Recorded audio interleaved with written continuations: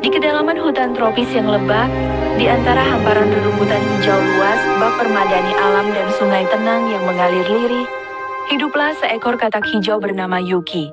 Ia bukanlah katak biasa. Ia memiliki jiwa petualang yang tak kenal lelah.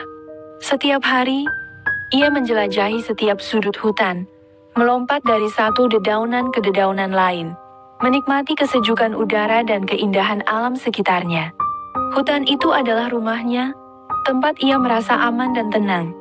Ia mengenal setiap lekuk tanah, setiap suara kicau burung, setiap gemericik air sungai.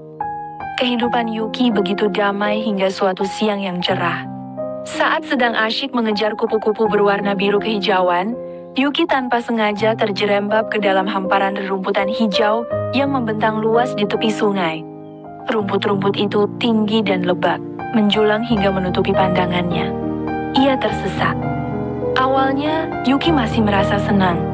Ia melompat-lompat di antara batang-batang rumput yang lembut, menikmati sensasi baru ini. Namun, seiring berjalannya waktu, rasa senang itu berganti dengan kepanikan. Matahari mulai terasa terik, dan Yuki tak mampu menemukan jalan keluar dari labirin hijau itu. Arah mata angin seakan hilang ditelan rimbunnya rumput. Panas mulai menyengat, dan rasa lapar mulai menggerogoti perutnya yang kecil. Tubuhnya terasa lemas, dan ia mulai putus asa. Di tengah keputusasaannya, Yuki melihat sesuatu yang membuatnya sedikit terhibur. Seekor belalang hijau sedang mengolok-olok seekor capung merah di dekatnya. Belalang itu tampak sombong dan kejam, sementara capung merah itu ketakutan. Melihat pemandangan itu, Yuki yang sudah sangat lapar, tiba-tiba merasa jengkel pada belalang tersebut. Tanpa berpikir panjang, dengan sisa tenaga yang ada, Yuki melompat dan menangkap belalang itu. Dengan cepat dan tanpa ampun, Yuki menelan belalang hijau itu bulat-bulat. Setelah memakan belalang itu, Yuki merasa bersalah. Ia menyesali perbuatannya yang tiba-tiba dan kejam.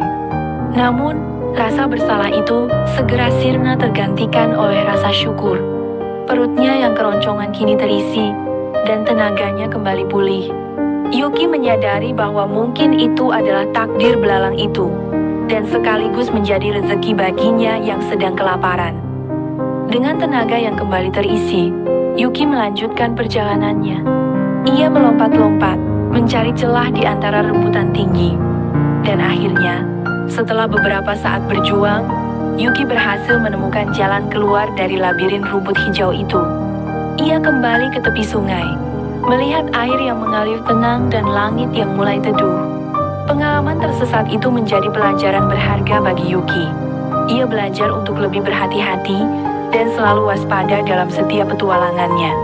Namun, semangat petualangnya tetap tak pernah padam.